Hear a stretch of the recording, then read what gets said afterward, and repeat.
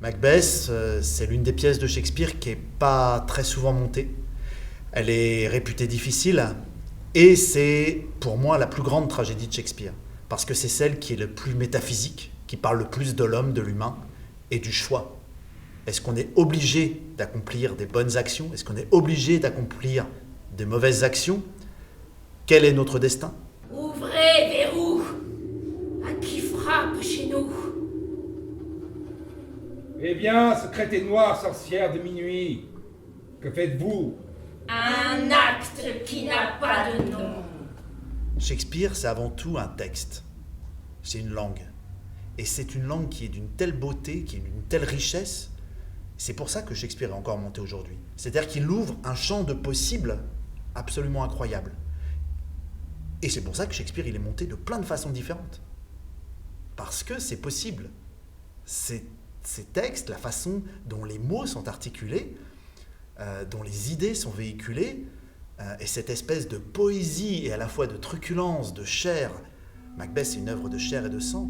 Les peurs que l'on ressent ne sont rien auprès des terreurs que l'on imagine. Ma pensée où le meurtre encore n'est qu'une vision ébranle mon être au point que toutes mes fonctions sont paralysées par une conjecture et que seul est ce qui n'est pas. Macbeth, pour moi, c'est l'histoire d'un couple. Un couple extrêmement amoureux, sensuel, qui devient criminel par ambition, par désir, par volonté de briller.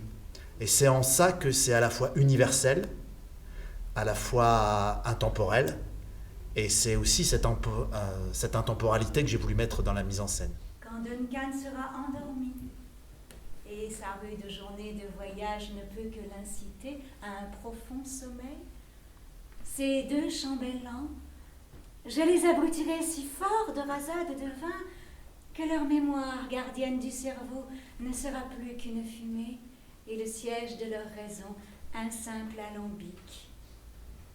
Lorsque dans un sommeil de porc, leur nature imbibée et vautrée sera comme morte, que ne pourrons-nous tenter, vous et moi, contre Duncan sans défense?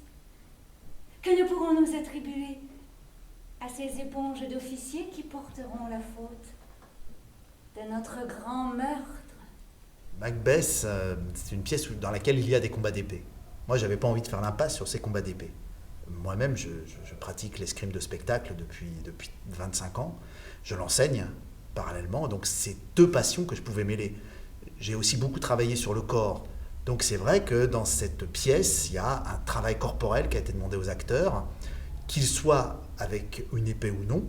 Et la plupart de ceux qui ont des combats d'épée dans cette pièce pratiquent l'escrime de spectacle depuis longtemps et étaient donc tout à fait en mesure de monter des combats qui je crois, participent à l'action et donnent encore plus le sentiment de danger et le sentiment de bataille.